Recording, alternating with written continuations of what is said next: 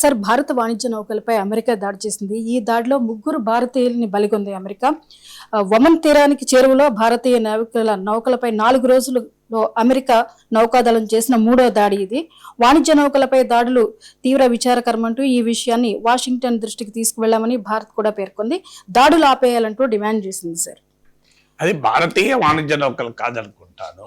నాకు తెలిసినంత వరకు అది యునైటెడ్ అరబ్ ఎమిరేట్స్ అనే కంపెనీ నడిపే నౌక. అది అందులో ఉన్నవాళ్ళు మన వాళ్ళు. సో దాని పేరు కూడా సెటబోలే. మీకు ఆ నౌక పేరు సెటబోలే అంటే subject to correction, Indian ship కాదనుకుంటాను. బట్ ఏదైనా ఇండియన్ సీఫేరర్స్ వాళ్ళు అంటే మన వాళ్ళు. ఇప్పుడు మీకు ప్రపంచంలో ఉన్న ఈ మర్కెంట్ షిప్స్ అంటారు. ఇది అంటే వాణిజ్య నౌకల్లో చాలా మంది భారతీయులు పనిచేస్తున్నారు. సో ఈ లాస్ట్ 3-4 days లో ఇలా 3 నౌకల పైన దాడులు చేస్తే అందులో ఇండియన్స్ ఉన్నవి.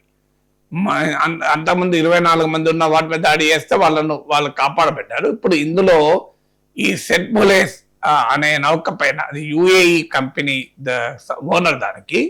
సో ఆ సెటబోలే అనే కంపెనీ సెటబోలే అనే నౌక పైన దాడి చేశారు. ఈ దాడిలో 3 చనిపోయారు. అందులో ఒకరు మన తెలుగు బిడ్డ పట్నాల సురేష్ అని విశాఖపట్నానికి చెందినటువంటి చీఫ్ మెరైన్ ఇంజనీర్ కూడా ఉన్నాడు. అలాగే ఆదిత్య శర్మ అనే 23 ఏళ్ళ పిల్లవాడు ఉన్నాడు పాపం. ఇంకో అతను కూడా ఇండియన్ ఉన్నాడు.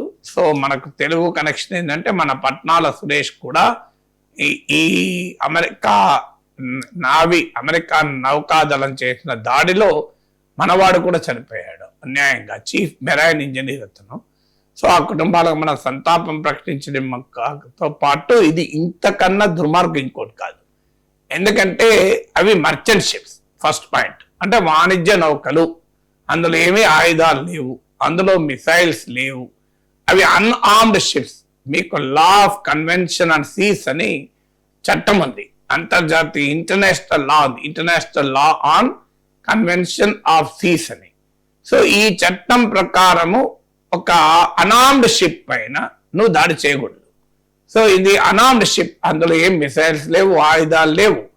అమెరికా నావీ ఒక నిరాయుధులైనటువంటి నౌక పైన మిసైల్స్ తో దాడి చేసింది. ఇది ఇంతకన్నా దుర్మార్గం ఇంకోటి ఉంటుందా?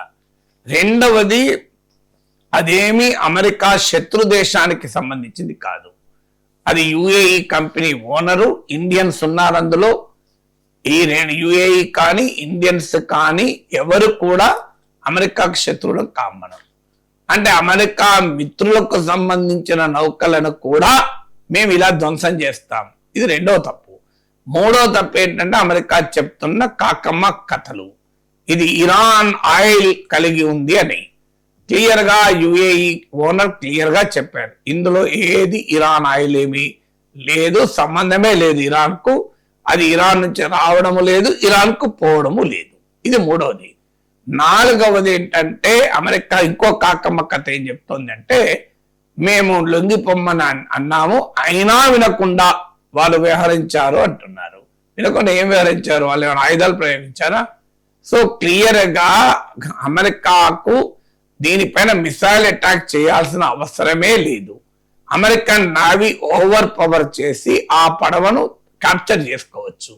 లేదు, ఈవెన్ ధ్వంసం చేసిన సమయంలో కూడా స్పీడ్ బోట్లను పెట్టి, ఇతర బోట్లను పెట్టి అందులో ఉన్న సేలర్స్ ను కాపాడచ్చు. అది కూడా చేయొచ్చు కావాలనుకుంటే.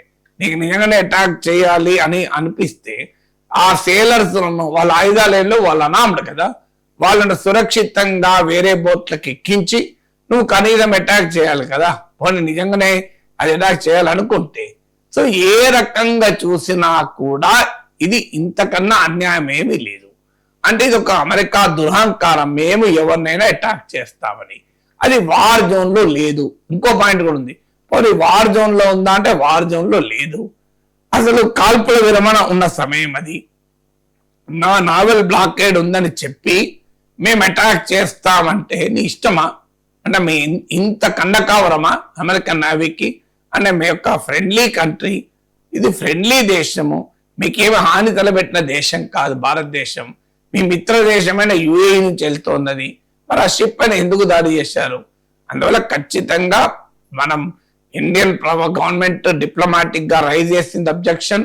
ఇప్పుడు G7 సమావేశాల సందర్భంగా ప్రైమ్ మినిస్టర్ మన మోడీ ప్రెసిడెంట్ ట్రంప్ కలుస్తాడు. ఇప్పటికీ చాలా మనకు జరిగిన అవమానాలు, మనది మన ఎకానమీ చచ్చిపోతున్న డెడ్ ఎకానమీ అని తిట్టాడు. నేనే ఆపరేషన్ సింధూర్ ఆపాను అన్నాడు. మీరు సావండి, దూకి సావండి అని తిట్టాడు. ఎన్ని రకాలుగా మనం తిడుతున్నాడో మనం చూస్తున్నాం. ప్రపంచంలో రష్యన్ ఆయిల్ మనమే కొంటున్నామని అబద్ధాలు చెప్పాడు. మనమే హైయెస్ట్ గా కొంటున్నామని. Pakistan I love you, I love Pakistan అంటూ డ్యూయెట్లు పాడాడు. సో ఇండియాకు వ్యతిరేకంగా పాకిస్తాన్ కు అనుకూలంగా వైఖరి తీసుకుంటున్నాడు. మన ట్రేడ్ డీల్లో అన్యాయంగా మన పైన సుంకాలు విధిస్తున్నాడు. మొన్న 18% అదనంగా మళ్ళీ సుంకాలు వడ్డించాడు సంబంధం లేకుండా. అసలు బాల కార్మికులతో తయారైన లేదు వెట్టి చాకిరీ చేసే కార్మికులతో తయారైన ఉత్పత్తులు మీరు ఇంపోర్ట్ చేసుకుంటున్నారని ఆరోపించి మన పైన మళ్ళీ సుంకాలు విధించాడు. సో ఇలా ఇండియాకు ప్రతి అంశంలోనూ వ్యతిరేకంగా ఉన్న ప్రెసిడెంట్ ట్రంప్ కు ఇప్పటికీ మన prime minister Modi my best friend, my good friend, my great friend అంటున్నాడు. ఇకనైనా చెప్పాలి. ఫ్రెండ్ అయితే ఏంటి? ఫ్రెండ్ అయితే ఇష్టమైతే చంపేయచ్చా మన వాళ్ళను? ఫ్రెండ్ అయితే ఇలా మన పట్నాల సురేష్ ప్రాణాలు వస్తాయా మళ్ళీ? ఫ్రెండ్ అయితే ఏంటి? ఫ్రెండ్ అయినా చెప్పాలి. ఎందుకు చెప్పకూడదు? ఇదే చైనా వాడే దూరుకునేటోడా? చైనా షిప్పుల పైన అటాక్ చేసి చైనాకు చెందిన సేలర్సే చనిపోయి ఉంటే ఇవాళ అమెరికా పట్ల చైనా ఎలా వ్యవహరించేది? మన ఇండియా అయితే అంత చాతకాని దేశం అనుకుంటున్నారా? సో చైనా అయినా కాదు, ఆఖరికి ఉత్తర కొరియా చాలు, చైనా పక్క పెట్టు. నార్త్ కొరియా కూడా ఎలా రియాక్ట్ అయ్యేది? ఇరాన్ కూడా ఎలా రియాక్ట్ అయ్యేది ఆఖరికి? ఎందుకు ఇండియా స్ట్రాంగెస్ట్ డిప్లొమాటిక్ ప్రొటెస్ట్ చేయాల్సిందే. ఇది ప్రెసిడెంట్ లెవెల్లో కూడా రైజ్ చేసి ఇక ముందు మరొక ఇండియన్ ఇలా అన్యాయంగా అమెరికా నౌకాదళ దాడుల్లో చావకూడదు.